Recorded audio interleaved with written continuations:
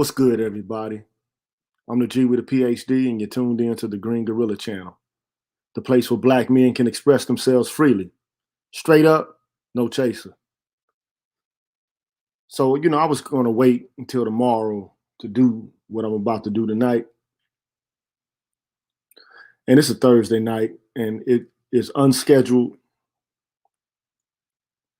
I'm just not scheduling stuff anymore. I'm just dropping it whenever I feel like it. It is what it is. But before I begin, I want to give a shout out to my members.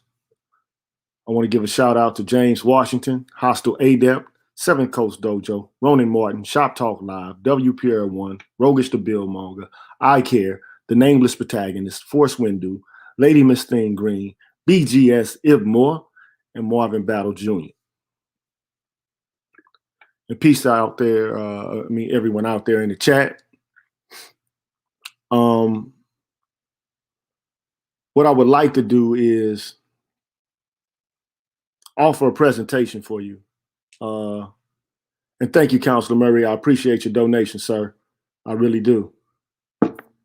If you can, man, make sure to support the channel if you can. $G with a PhD on Cash App, or hit me up in the super sticker, or, little something on the super chat. But hey, what's up, Crimson? What's up, Eon, Sunken One, Ebo Sosa, Louis Kanya? What's good to y'all out there? So, basically what I want to do is illustrate or demonstrate that what could black women have learned from the Daughters of Confederacy? So I don't want to get into a whole bunch of craziness with anybody at all. I'm gonna duck my head off because I got something to say. Usually when I say things, I'm not saying it just to say it. I'm saying it because I've researched it, I've looked at it, I've analyzed it, I've studied it, and I'm seeing differences in the way different demographics relate to culture and how different men and women interact in this culture. So having said that, let me get straight to it. I'm gonna share the screen, and I'm going where I'm going with this. So I'm sharing the screen. So first of all, let me give you a little bit of understanding about the United Daughters of the Confederacy, right? And what I want to do this for is because I want to compare and contrast American white women from the South and black women during and or after conflict, whether there's a win or a loss. Win or lose. Win or lose. So you see there's some women gathered around a monument of some kind, and they're venerating someone. But that's neither here nor there. But you see them, how they're dressed. It's a formal occasion, a formal affair.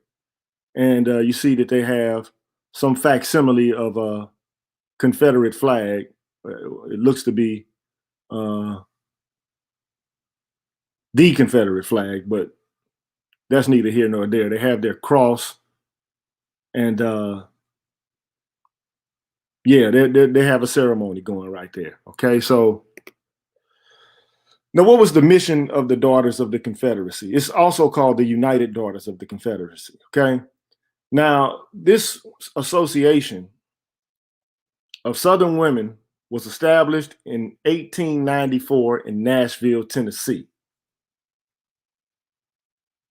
1894.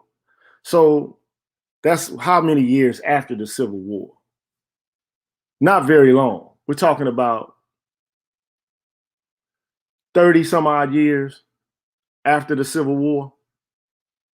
And the stated purposes of the organization include the commemoration of the Confederate States Army soldiers and the funding of the erection of memorials to these men. Now, everybody knows that the Confederacy lost the Civil War. They lost.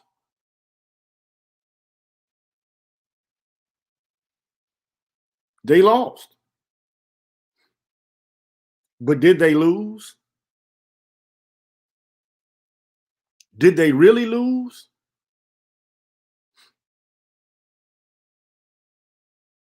Did they really lose? Now, I'm not here to get into a protracted conversation about the Civil War itself, nor am I here to give a protracted discussion about Reconstruction, Jim Crow, or any of that. Not any of that. That's not what I'm here to do right now. I mean, I could get into that, but that would leave me beyond the scope and the range of what it is that I'm trying to articulate. And why I'm trying to articulate what it is that I am indeed trying to articulate. And I'm going to try to keep my emotions in check because it's sad. I mean, the realization that I came to as I put this presentation together, it made me sad.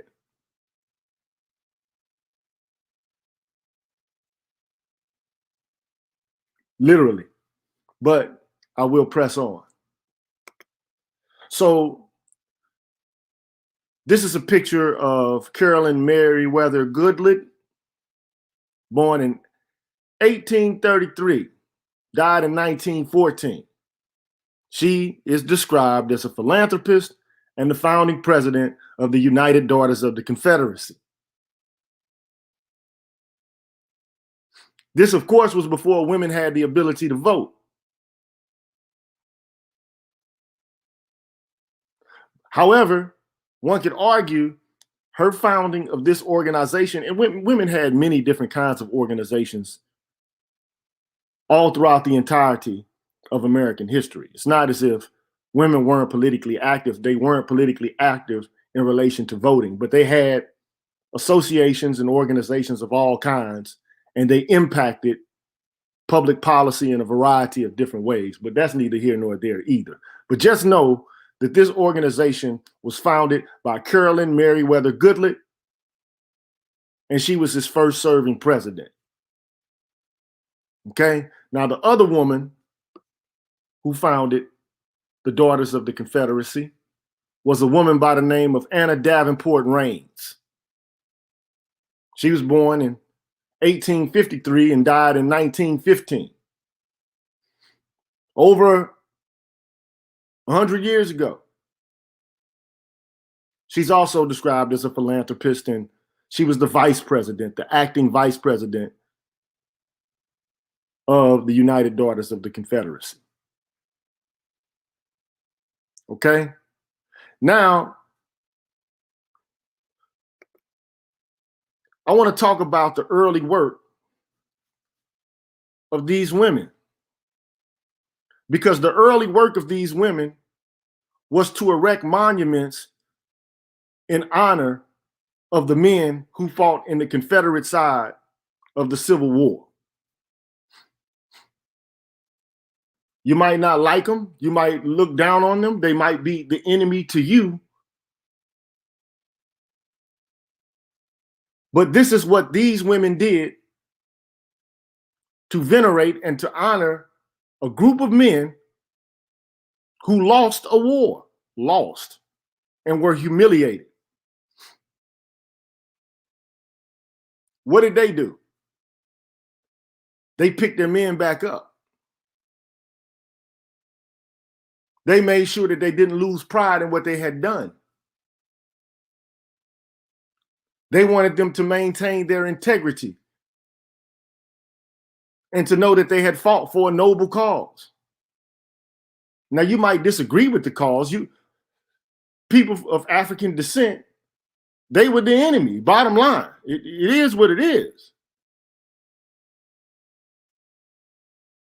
But these women, even knowing that their men had lost this war and were humiliated and subjected to humiliation, they vowed to come back.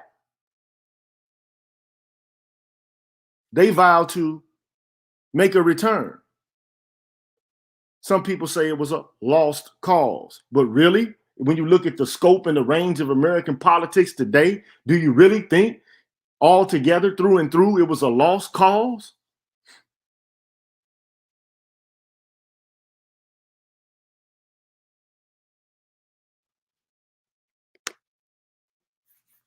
So then the question, why erect monuments? Like, what's the point? Why would these women go through the ordeal of erecting monuments? Well, first of all, let me just say this. Monuments, memorials, whatever the case may be, they serve a whole bunch of different functions in the communities in which these things are erected.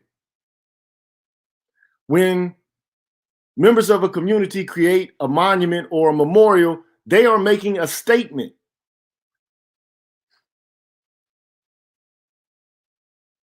They're saying something, they're expressing something about the ideas, the values, or the people, the individuals they think that their society should honor and should remember.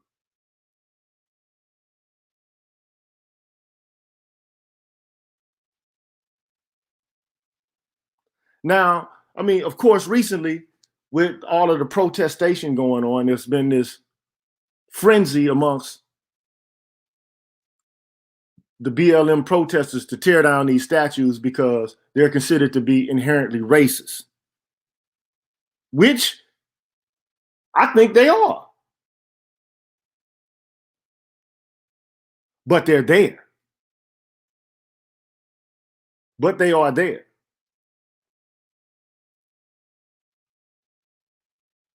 Because they wanted their men to know that even though they had lost, they fought a good fight.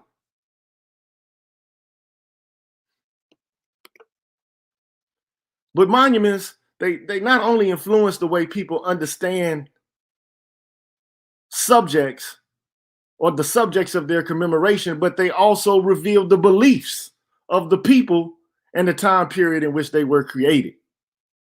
They are historical artifacts. It's what they are.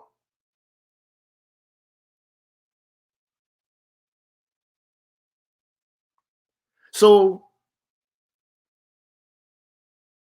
they influence the way people understand the subjects of their commemoration, but they also reveal beliefs of the people of the time period in which they were created. They are historical artifacts. They're markers to let you know what people believe, what they think, what they feel.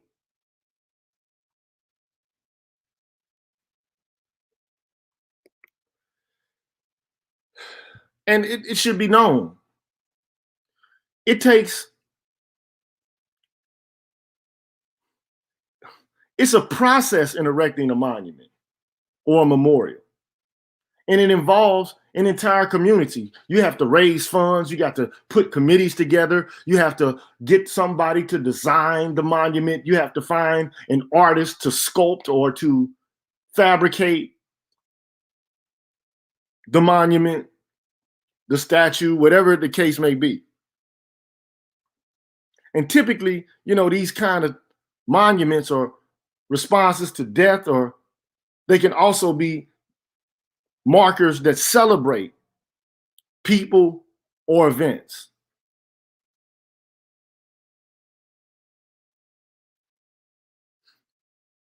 Celebrating people or events.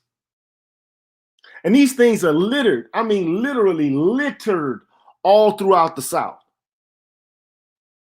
These monuments. They're everywhere. You see them everywhere, man.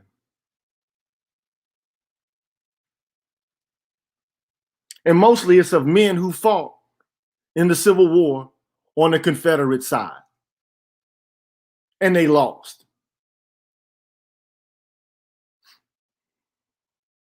They lost.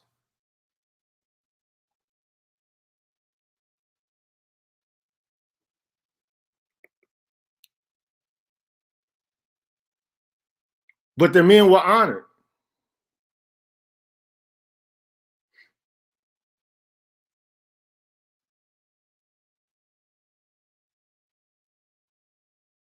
Even after losing, they are honored.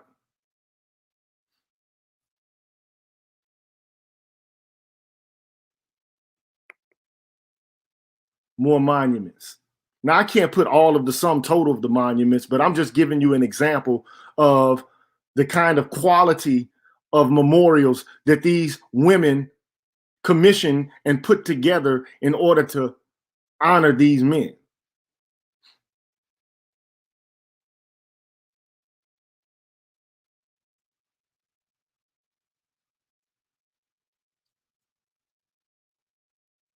Now, here comes the turn. Not only did they create monuments or commission the erection of monuments and memorials, they also wrote memoirs. This woman here is named Verena Davis. She wrote a memoir about the Civil War. Her husband was Jefferson Davis, the president of the Confederate Army or the Confederate States. She wrote the memoir to defend her husband's valor.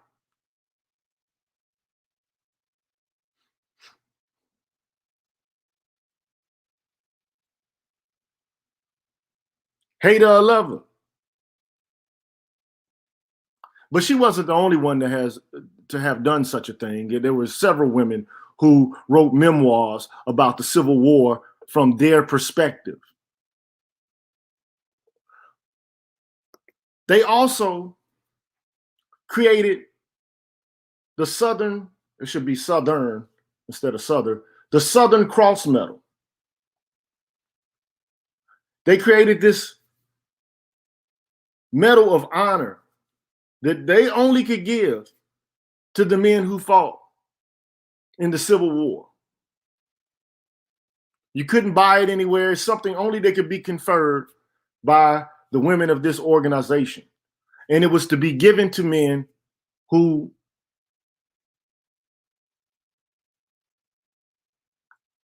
were honorable in their service of the Confederate Army.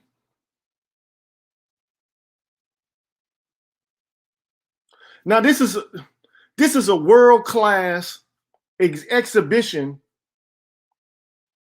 of psychology and ego building after a loss. This is what that is. This is a way for a group of women to acknowledge the inherent value and worth of their men so that they continue or can continue to function, to fight.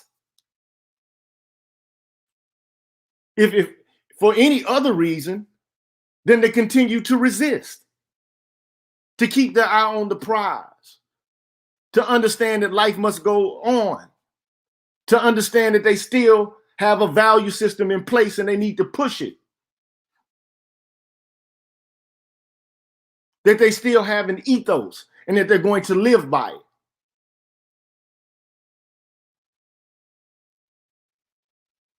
I can't see what any of you all are saying in the chat because I'm in my presentation and this is all I can see. All I have is one screen.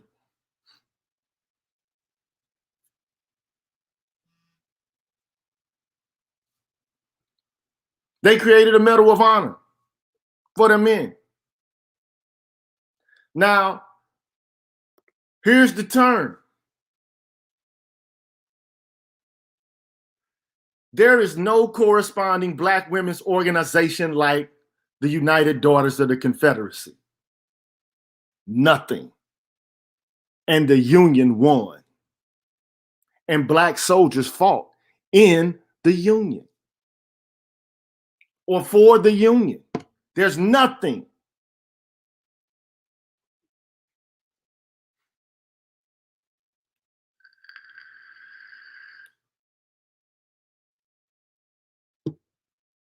Nothing.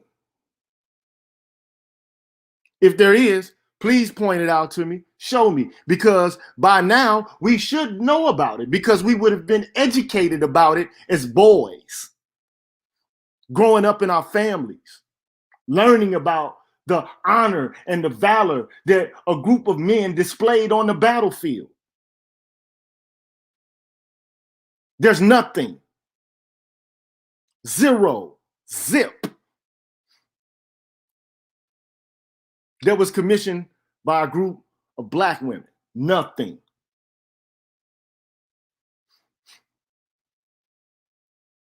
Now, one could argue there might be various reasons for why that is, whatever the case may be.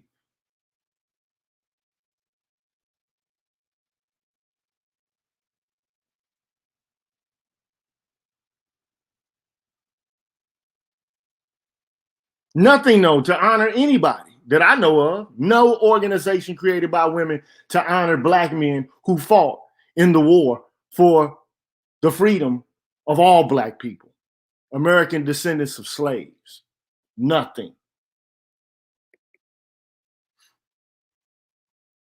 We know that there was damn near 250,000 Black men who fought in the Union Army. I just say a little under 250,000 because it's a roundabout figure to look at, to see.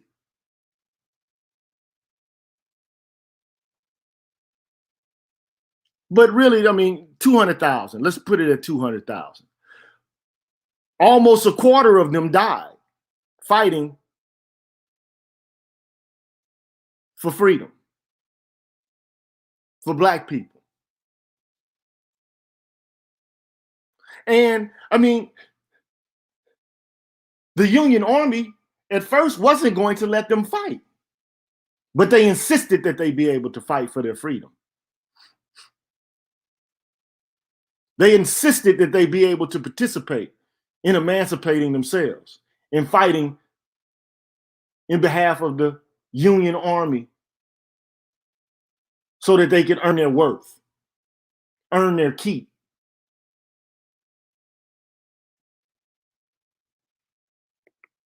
Now, there are a few statues here and there littered around America of Black men who have fought or who had fought in the Union. So there are some, but these are relatively recent phenomena.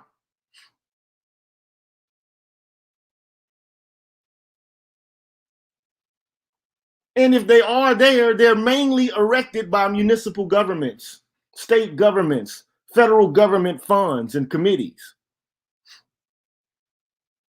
not by organizations created by Black women.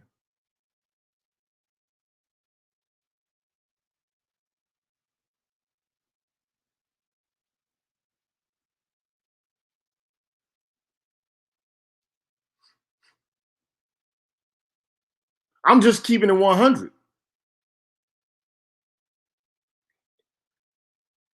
Basic psychology says that if you want a certain behavior, if you want men to behave in a specific kind of way, or any other group of people for that matter, you reward the behavior that you would like to see. You venerate that which you would like to see.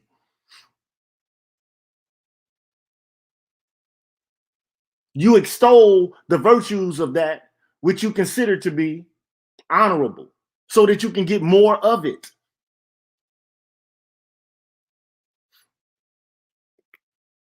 But we don't know about these men.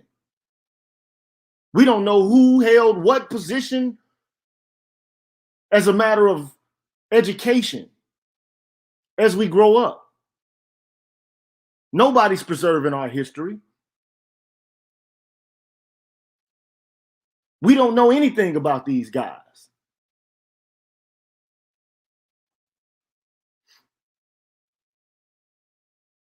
We know nothing about them, hardly,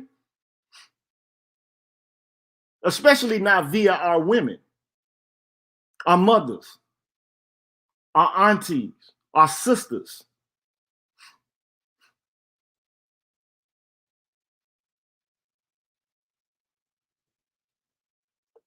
Preserving the history of honorable deeds by men.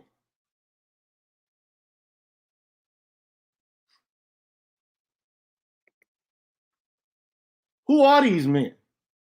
What importance did they have to the lives of the women that they helped to liberate? Who are they? And why don't we know more about them?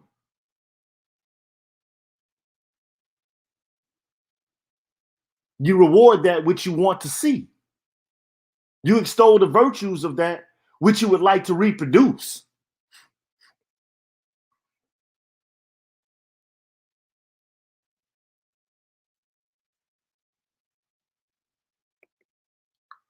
Who are these men, man? And why aren't they honored?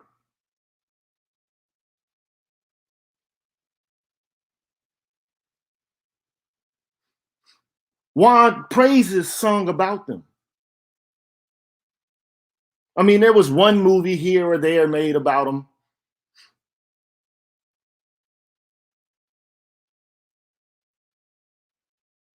In passings. Oh, let's go to the movies. Oh, that was a great movie, wasn't it? Okay, now back to the fuckery, the bullshit.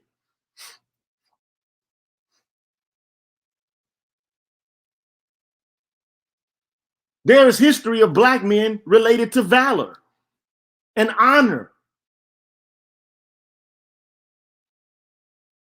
and grit and fortitude. But those stories, we never hear them.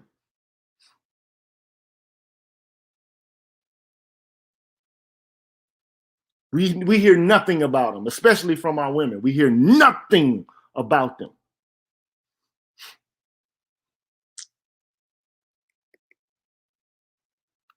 These guys fought for your freedom. They're not remembered. They're not honored. They're not respected. They're forgotten. They are erased from collective black memory. They are placed in the waste bucket of black history.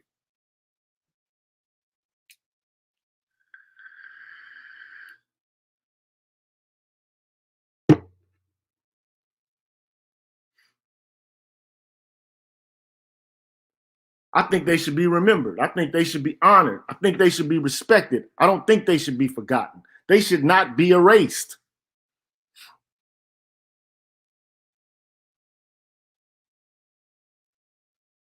They won.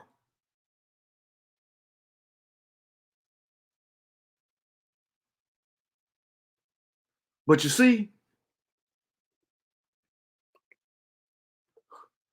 since the 70s,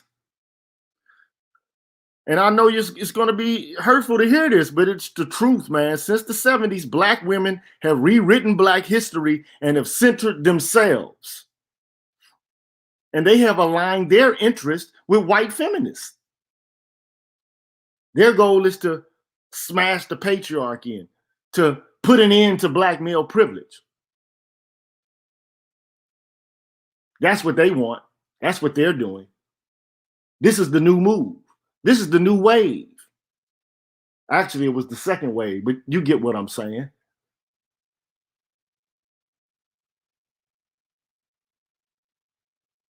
You get what I'm talking about. I've been through this before, though, but I have to go through it again. I've got to go through it again.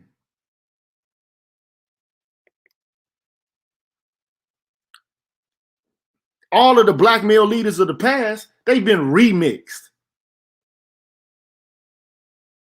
They're perceived as patriarchs, sexist patriarchs who need to be decentered. If you do pay attention to them, you have to highlight the ways that they exhibited privilege.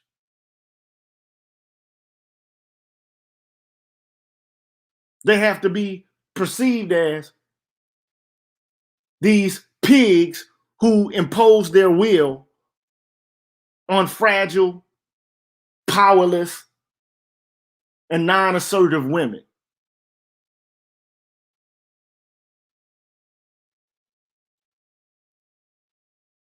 No need to honor them anymore. No need to talk about them. To even discuss them is to do an injustice.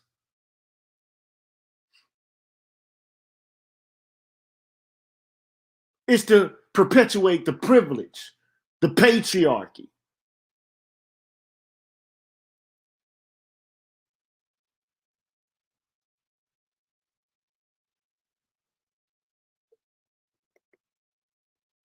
These men are perceived as soaking up all of the air.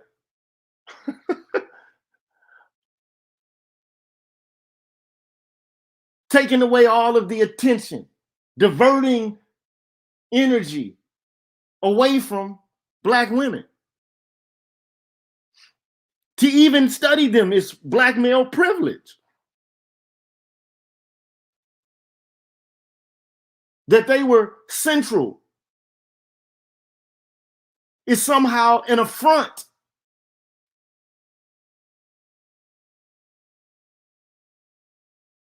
An offense.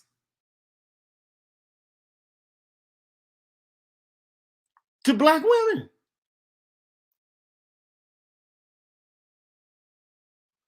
Medgar Evers, Malcolm X, Martin Luther King Jr. It's a privilege. That's Black men have privilege, and they had privilege, and they were patriarchal, and they were sexist. So they need to be decentered. We need to pull out all of the flaws that they had and highlight those. So as to bring them down a notch. Because, you know, that's what we need to do. That's what we like to do. We like to bring our men down a notch. Bump them down a little bit.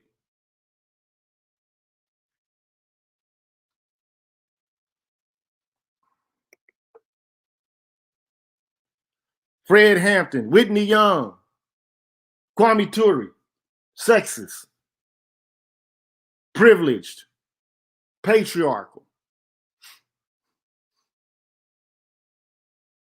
It's what they are. It's what they are.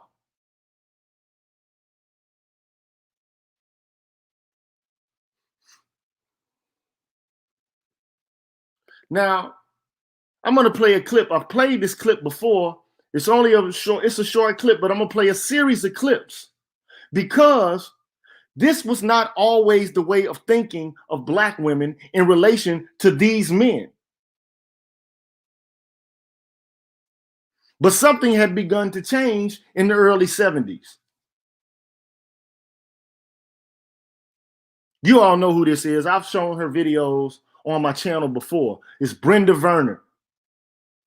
She's a Africana womanist. And some people disagree with her. They say that, you know, she's still a little too feisty. She's still too mammy-ish. Whatever the case may be, it still was different than what we have now.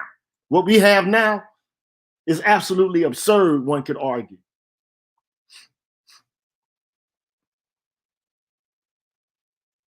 Let me play the video, man.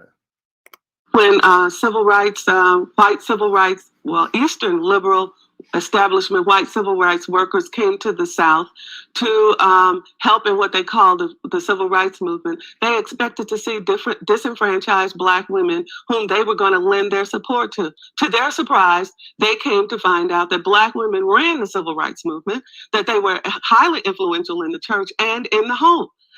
This sparked a kind of jealousy that sparked the modern day feminist movement. I was recently reading the book by Kay Mills on Fannie Lou Hamer's life. And when they approached Fannie Lou Hamer and encouraged her to join what they call the women's liberation movement at that time, Fannie Lou Hamer's response was, I don't need to be liberated from my man. I don't want to be liberated from my community, my culture, or my family. Well, the only thing that I want is the freedom to live as well as everybody else. I'd like to ask you one question before you continue. You said Black women ran the civil rights movement. Aren't Black women conspicuously absent from leadership in the Black community and in the Black civil rights movement in particular? I think the position, I would say that Black women were the grease for the machinery. I think it was when I look at the work that has been done, the interviews that have been held about the women, they originally wanted Black men to be in leadership because they wanted the world to see Black men in leadership. But that did not mean they were taking second place to Black men.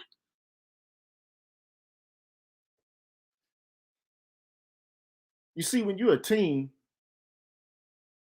there really actually is no first or second place. Who's the one soaking up all the attention? If you're on the team and the team is winning, or even if the team is losing, but you're encouraging the team to fight again, you're not absorbed with thoughts about being centered or decentered. That's how I see it.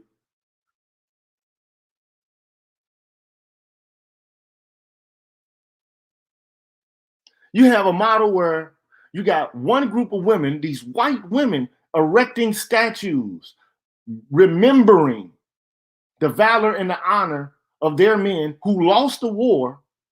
And then you got another group of women who have won laws, acts, policies put into place through their efforts and labor.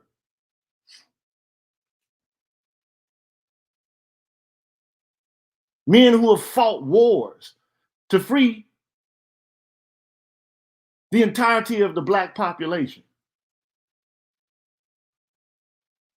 No whole-scale veneration, no honor, no societies established to recollect the valor of these men, nothing.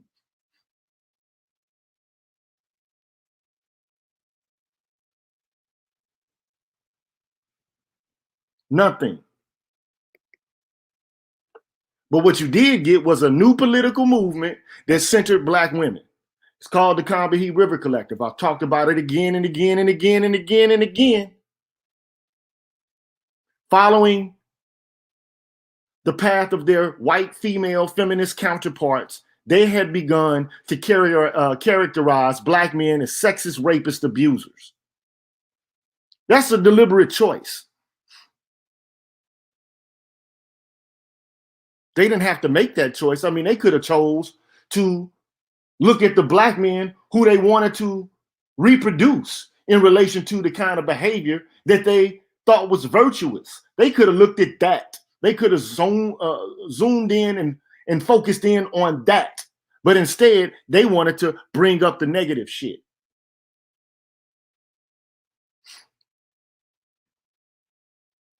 Now, the world had already characterized the white folks with the Birth of a Nation movie. They had already begun to characterize Black men as rapists, but who wanted to rape white women. But then the script gets flipped, and now they become primarily abusers and rapists of Black women. And Black women just buy into this idea, especially the Black lesbian feminists.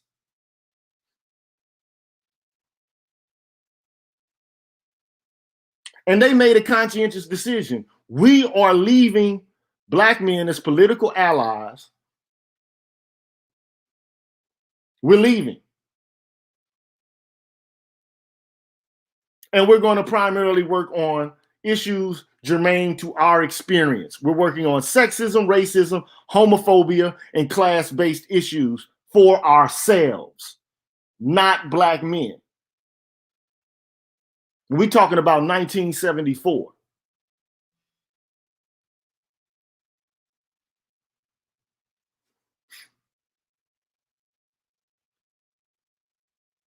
It was a choice. But this movement hadn't begun to pick up steam until approximately around the mid to late 80s. It was there, but it hadn't picked up steam. But not only do you have the Combahee River Collective, you have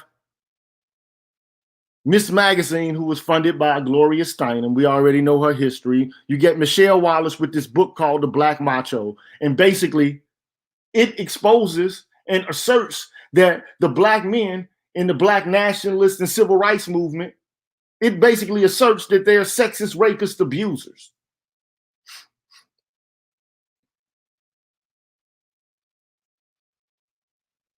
Now, you get none of this coming out of the Daughters of Confederacy. You get none of that. You get the erection of statues, the extolation of virtues. Here, you got a group of men who fought and won and then fought another fight, a nonviolent civil rights struggle, and then still no honor. Instead, dishonor,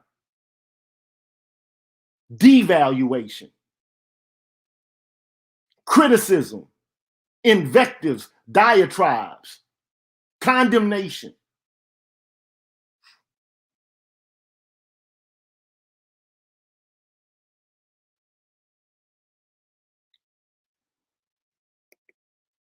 Then after that, you get Alice Walker.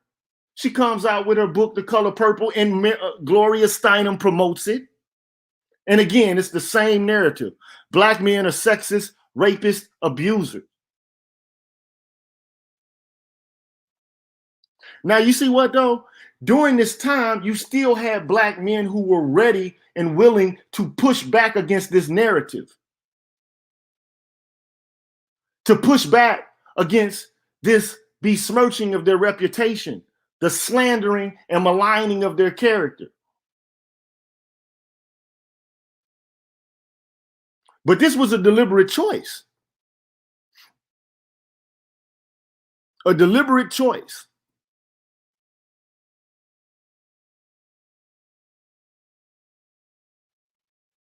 So let's see what some men had to say about it. I'm going to start off with a clip of James Baldwin, and then I'm going to look at a clip from Ishmael Reed.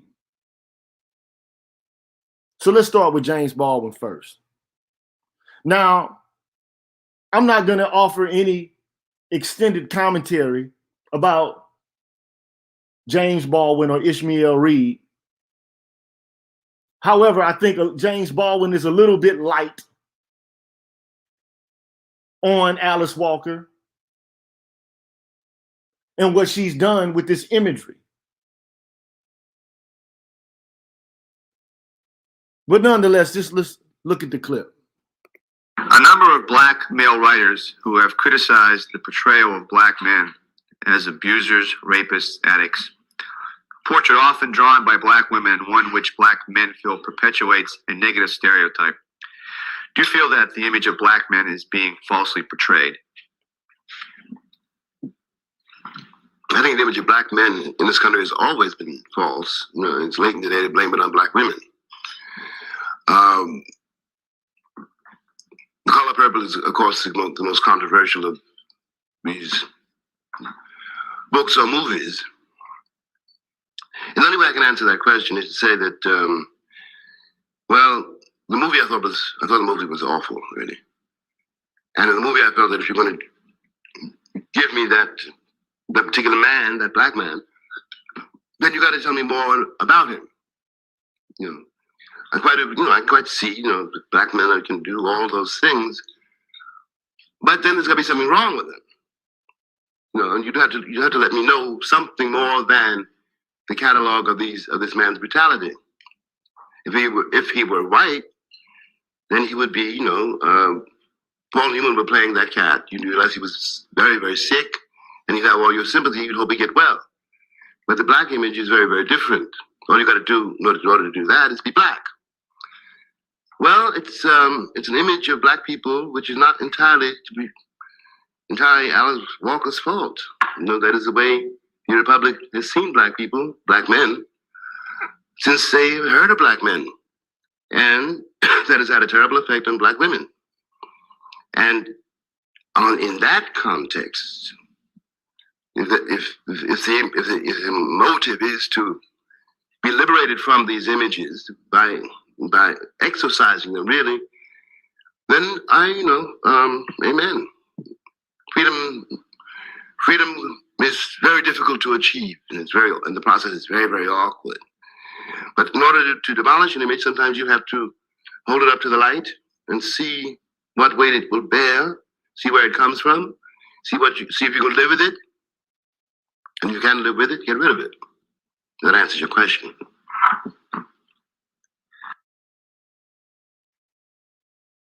Again, I'm not going to offer any extensive commentary on what his remarks were, but I will just say this.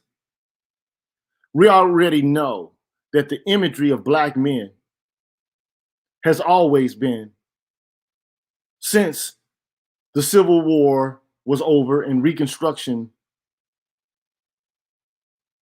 was over, that black men had been portrayed as brutes, savage rapists with no redeeming moral value.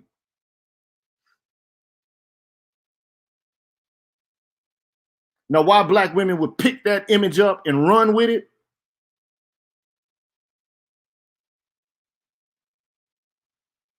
Why they would pick that image up and run with it? It speaks to some trauma. It speaks to psychosis to me, because the vast majority of black men we know are not like that.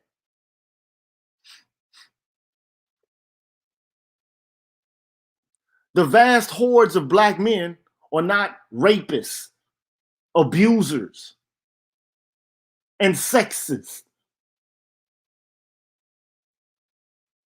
But this image has not been eradicated. There is no explanation for even the men that are abusive, why they are the way they are. There is no context. There's never any context. Never a context. There's only the labeling. There's only the description.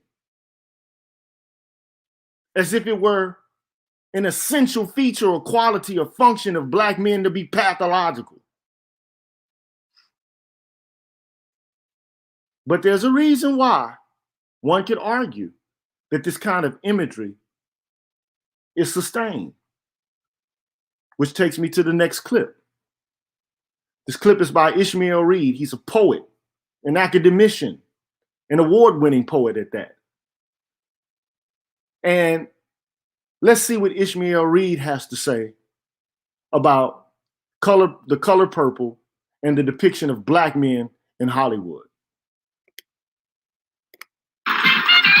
Ishmael Reed, you were unhappy with the film The Color Purple and the way it portrayed black men. Why? Well, in my new book, Writing is Fighting, plug, I That's okay. outlined some of my reservations about the film. I thought it was a contradiction for the writer and the industry behind the writer. This is a collective decision. It wasn't her decision alone. They had a meeting. These are feminists. I thought it was a contradiction for them to take a film about black male chauvinism to the biggest male chauvinist in Hollywood.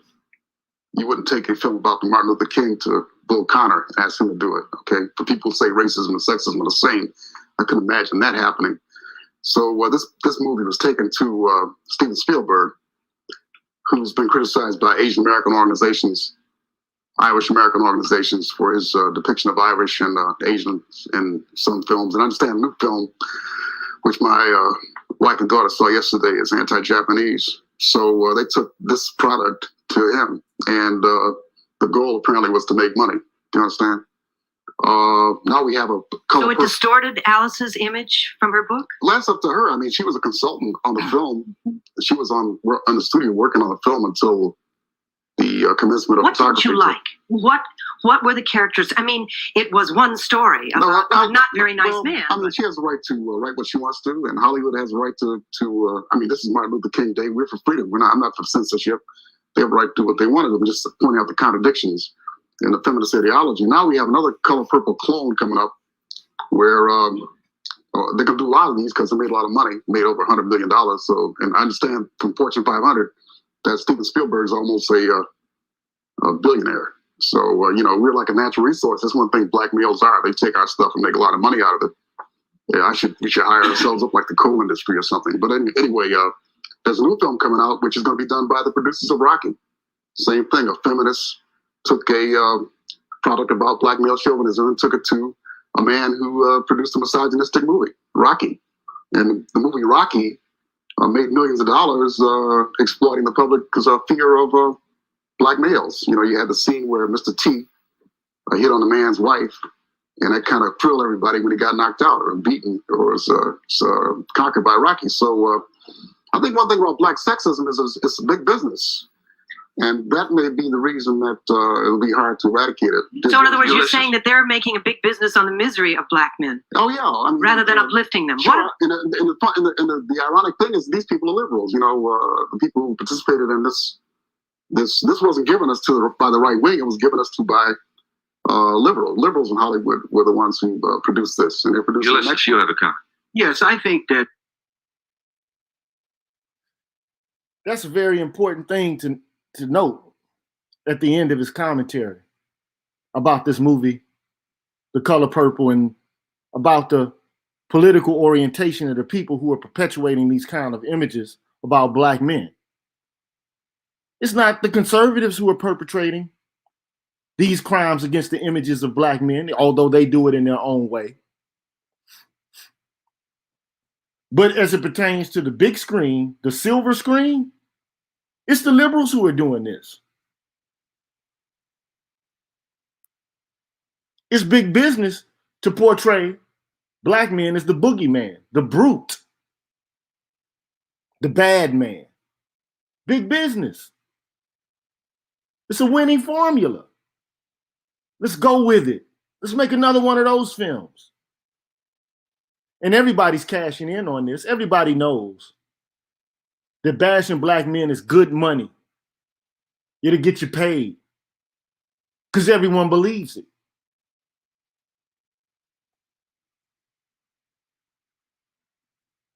Everyone wants Black men to be that guy, that brute, that savage.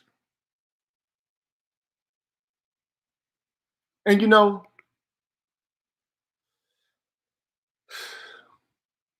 ever since the 70s, the media has basically portrayed Black men as pimps, criminals, thugs, and hooligans. That's just what it is. It's money, making, payola. Get the money, get the bread, the cheese, the mozzarella.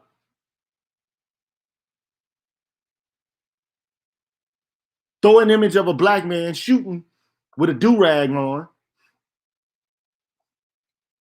or engage in some nefarious activity, or slapping somebody around that's weaker than he is, then it confirms everybody's suspicion about what they think about Black men. It's big business.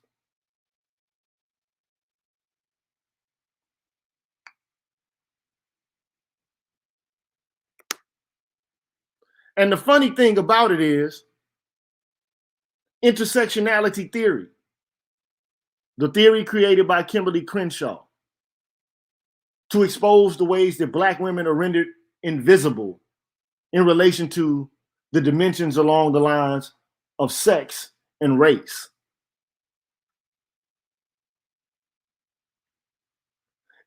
It's also supposed to be about class, but I don't see at the current moment how class has anything to do with the equation. Because if anything else, it seems like people who are able to utilize the theory in order to highlight the ways in which they're oppressed, they use it in order to make money. It's a capitalist theory. It's a market-based theory. Although it pretends to be a theory that's altering the basic structure of society. I don't see it doing that. I see people using this theory in order to get paid. We recently just saw how women who aren't even Black have utilized intersectionality theory in order to get paid.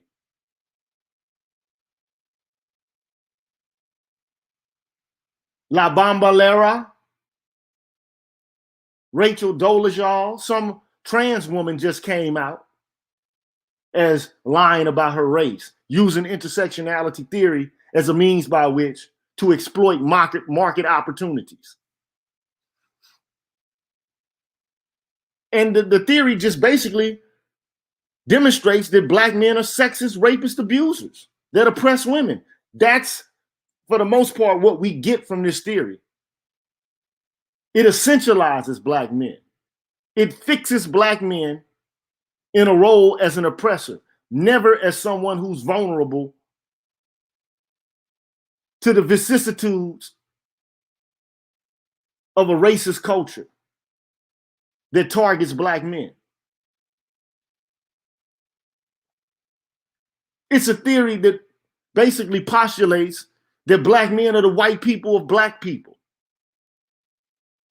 If you push back against it, you're considered to be blasphemous. And the sad part about it is, this kind of messaging, it starts in the academy. And then it gets filtered down into mainstream media and social media.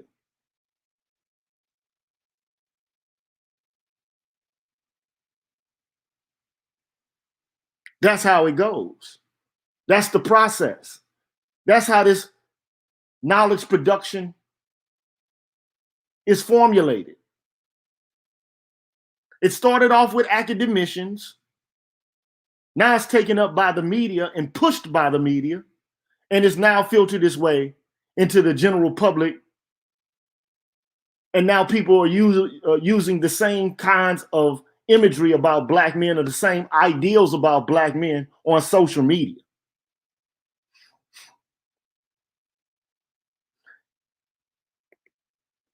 Look at, the evidence of it is there. There was a brother, man, his name is Torain Walker.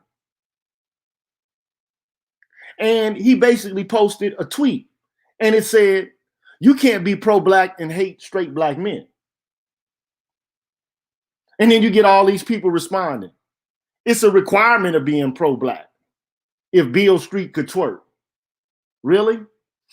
So in Memphis, Tennessee, you got white women, or in the state of Tennessee, you got white women who are venerating white men who lost the Civil War. But then you got black women in the same state arguing that being pro-black is a requirement. Hating black men is a requirement for being pro-black. And I'm trying not to curse, man.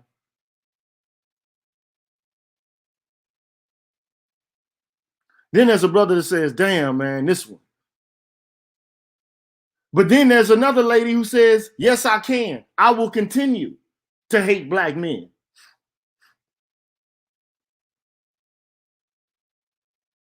Baby, that's the definition of being pro-black.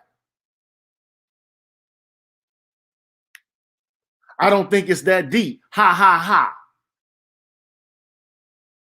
That's how I know I'm pro-black, because I hate black men, straight black men. So we went from the Civil War to Reconstruction to Jim Crow to civil rights to intersectionality and second wave feminism to now it's pro-black to hate straight black men. That's pro-black.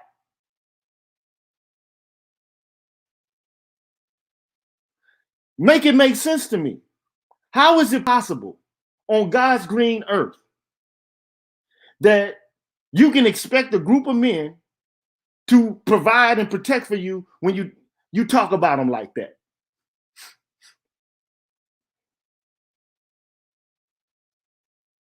How can you?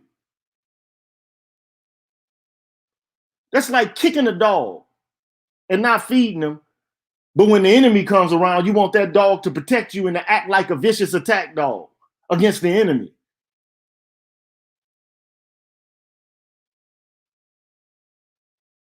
But you treat them worse than a dog should be treated. How can you expect anything other than what you put in to your men?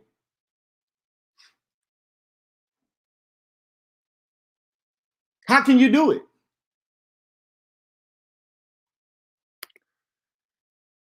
Watch me laughing my motherfucking ass off. And yet I still rise. As if Maya Angelou would endorse this bullshit. Or, but black men can hate women and other black queer people, right? Or black queer people, right? Choke. Now, this has nothing to do with hate for me.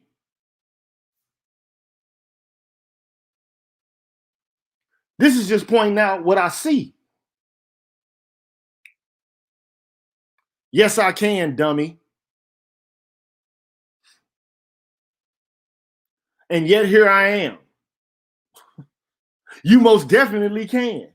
So you got an entire generation of girls and women who are openly, avowedly admitting, I hate black men, and that's pro-black.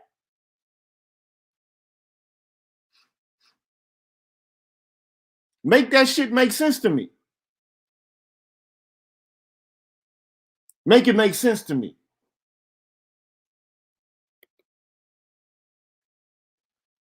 Got another girl with her lips pursed up.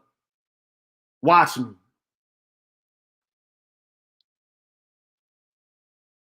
Watch me. Now you see the difference between white Southern women and the honor that they bestowed upon the men that were on their team and fought for them and their honor, and how they were treated by them versus this.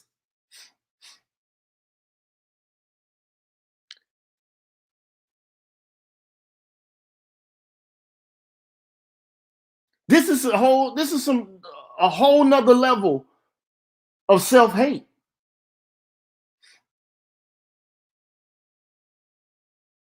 But if we say something about it, we're being misogynistic. If we bring the attention to it, then somehow we're offensive. We're being oppressive.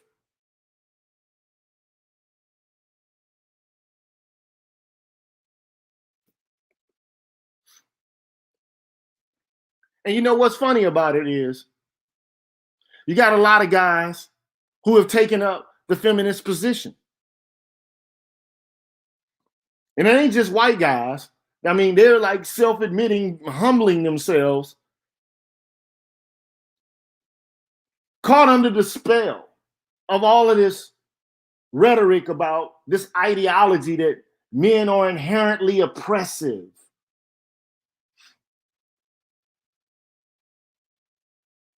I'm a male feminist. This is what a feminist look like.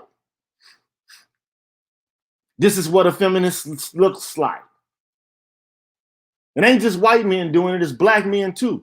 I can give you a laundry list of black men who bought into this whole trope, the narrative and the discourse that black men are inherently patriarchal, sexist, homophobic, predatory, abusive, the whole, I mean, whatever negative epithet you could come up with, that's what black men are.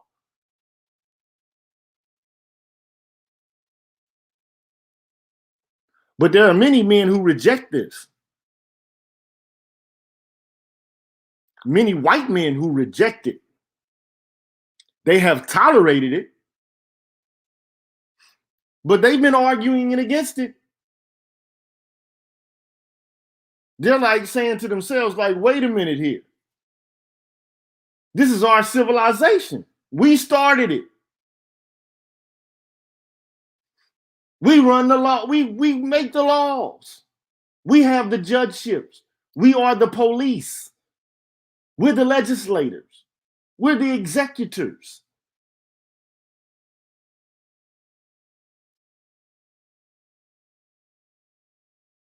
And when those in power, which the white men are, when they get tired of hearing this, because all it is a bunch of chatter, it might impact us at the low end of the totem pole, because I've said this before. All of this stuff impacts us more than it does any other demographic, because we don't have any real power to resist against it, because we actually are not patriarchs. All of these policies designed to advantage women as it pertains to family law and family court proceedings, as it pertains to advantages in hiring, as it pertains to policies related to abuse and domestic violence. All of these things impact and affect us more heavily than it does other demographics.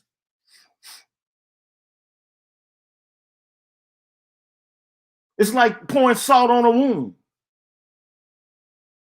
But they say, you know, shit rolls downhill. The patriarchs get left unscathed. I said this before.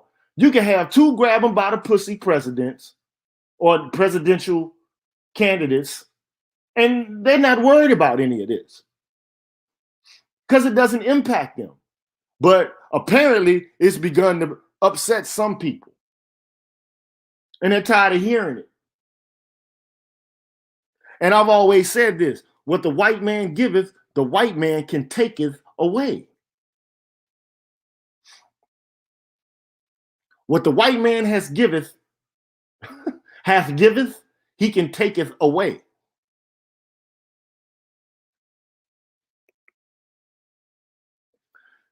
I've been over this before also. There were some leftists. They issued a warning to the radical members of the left. They said, look, you're taking it too far. You're becoming a little bit too stubborn.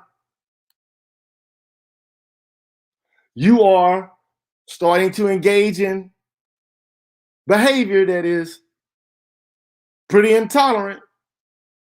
This little cancel culture you got going on, you're blocking discourse. You're not being very democratic here. You're being zealots. They wrote an article about it. These people on the left, they ignored the warnings. They ignored it. There's a video I did on this. I can't even remember what the name of the video is, but I think it's called The Curious Case of Cancel Culture, if my memory serves me correct.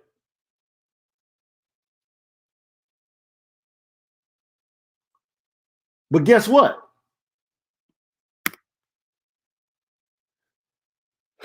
'45 just issued an executive order on combating race and sex stereotyping.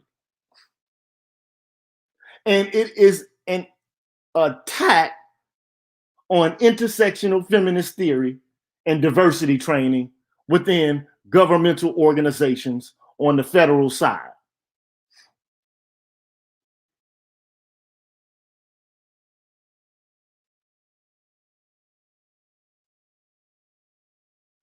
It's over.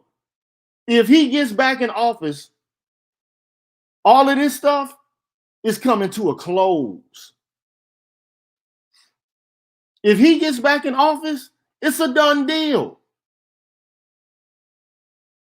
It's a wrap to it. It's going to be through.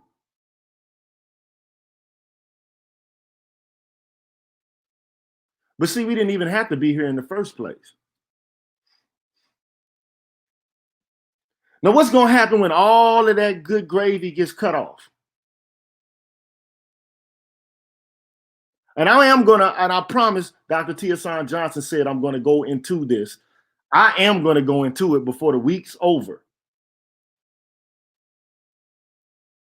I'm going to go into the details of what this executive order is about and who it's going to impact.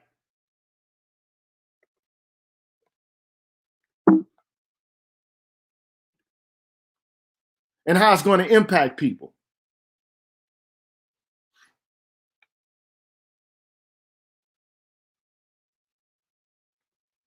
I want to give a shout out to Cedric Bowman for becoming a new member. Also want to give a shout out to Felicia Gray. Please donate to the channel if you can. I'm here putting in work as much as I possibly can here to provide you with information. But the reality of the situation is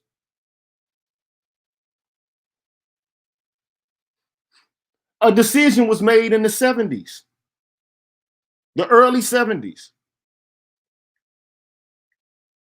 to begin to denigrate and berate Black men. And our women are the ones who took up the tack. They took up the cause. They carried the torch. Man, anybody that knows psychology knows. And the funny thing about it is, the very odd thing about it is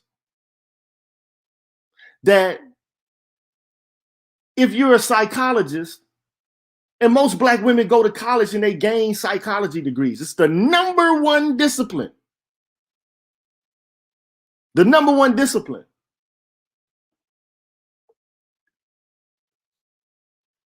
That they major in. They don't know anything about classical conditioning and reinforcement. They don't know anything about the harm that comes from shaming. How's that possible? If the bulk of black women are taking psychology as their major and they're not understanding that the positive reinforcement is the thing that motivates the behavior that you want to see, then what the fuck are they learning there?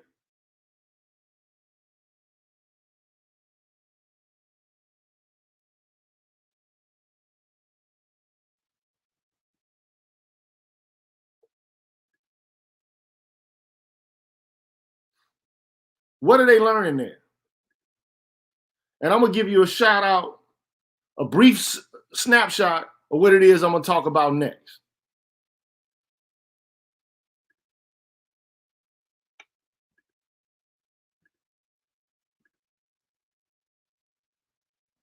And the implications of this are profound.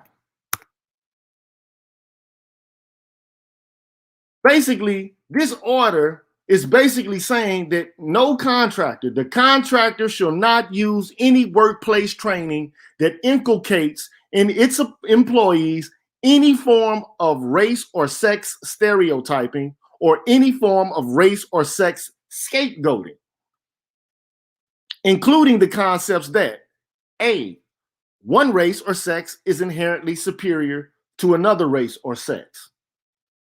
B, any individual, by virtue of his or her race or sex, is inherently racist, sexist, or oppressive, whether consciously or unconsciously. All that implicit bias training, done. Over with. Not at the post office.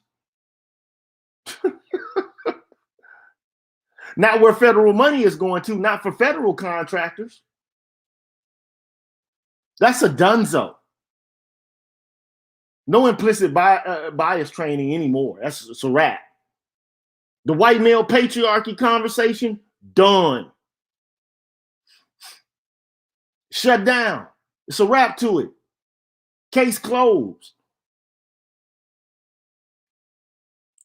C, an individual should be discriminated against or receive adverse treatment solely or partly because his or her race or sex. D, members of one race or sex cannot and should not attempt to treat others without respect to race or sex. An individual's moral character is necessarily determined by his or her race or sex. Sounds good, but if you know how to read between the lines, you know exactly what he's saying.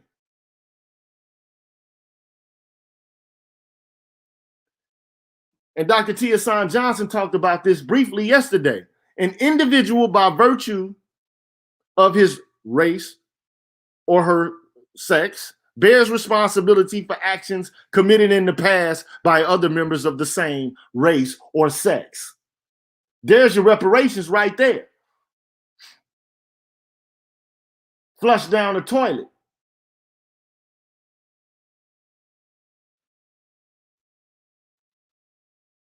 Any individual should feel discomfort, guilt, anguish, or any other form of psychological distress on account of his or her race or sex.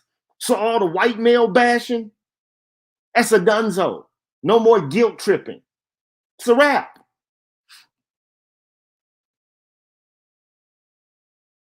Meritocracy or traits such as hard work ethic are racist or sexist. So you can't bash capitalism. It's a wrap.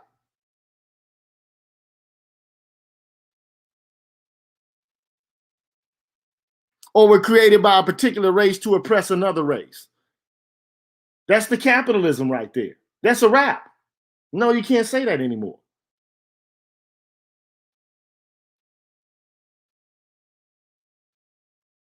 The term race or sex stereotyping means ascribing character traits, values, moral or ethical codes, privileges, status, or beliefs to a race or sex or to an individual because of his or her race or sex. And the term race or sex scapegoating means assigning fault, blame, or bias to a race or sex or to members of a race or sex because of their race or sex.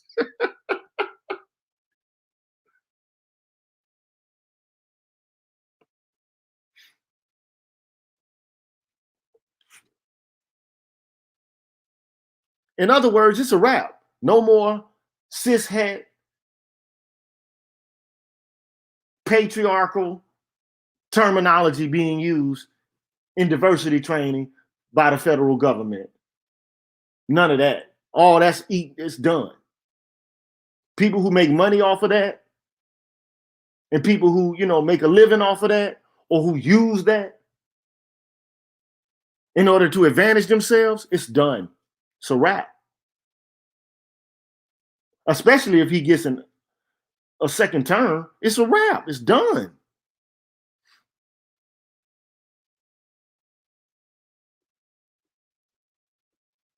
Thank you, Malika. But the only thing I want to point out is all of the shaming, the canceling, the berating, I hate men, I hate women, all this. See, men don't use the language, well, I hate women. I just hate y'all. Women use that language. That's about to come to a close. You can get sued for that.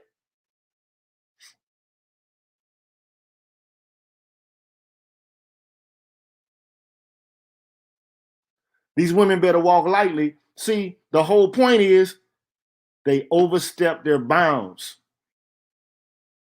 They got too comfortable.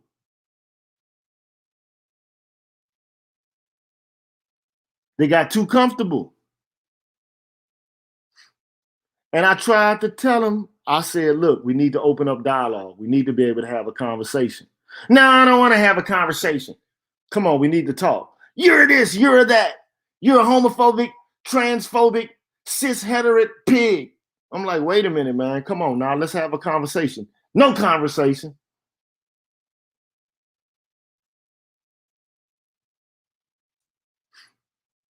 But that's coming to a close. You can't shame and guilt anymore. You can't make a person feel guilty because of their race or sex.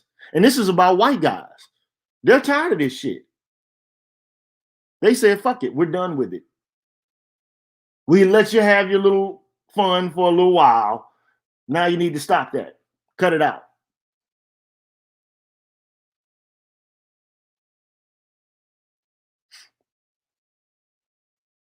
That's the implications of it. But I'll go into it deeper maybe tomorrow or Saturday.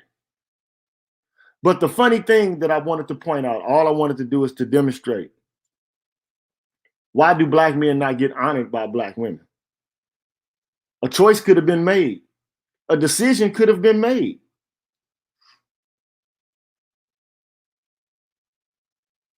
Long ago, a decision could have been made. Black women could have said, these guys won. Look at our men and how valiant they are. Look how courageous they are. Look how much good they did in the world. Look how they freed us. Look how they fought for our freedom. Look at our black soldiers. Look at our colored troops. Instead, I can see it now. That nigga think he's something. Look at this motherfucker. Think he a white man.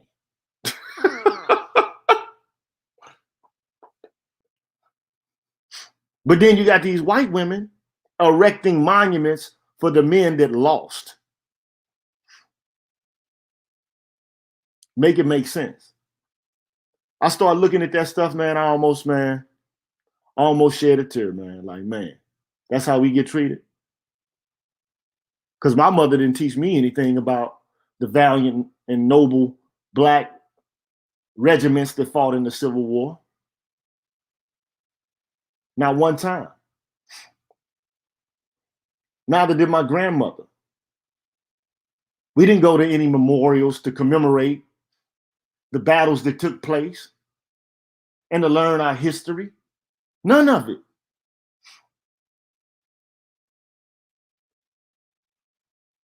But they know theirs. They study theirs and they honor their men. Don't let the smooth taste fool you. There might be one branch of women that's on this man-hating shit, but most white women are not. They're in alignment and they are in a coalition with their men.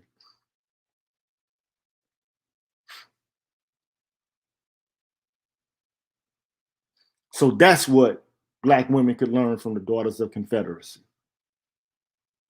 How to understand and acknowledge and see the Black masculine when it's right in front of your face, and to encourage it instead of disparaging what they consider to be the bad behavior, extol and reward and pay for the good behavior. I'm the G with a PhD, man. I'm out of here. I know you player haters gon' hate, cause I'm at the finish line and I'm in the first place. I'm a winner, and I know I'm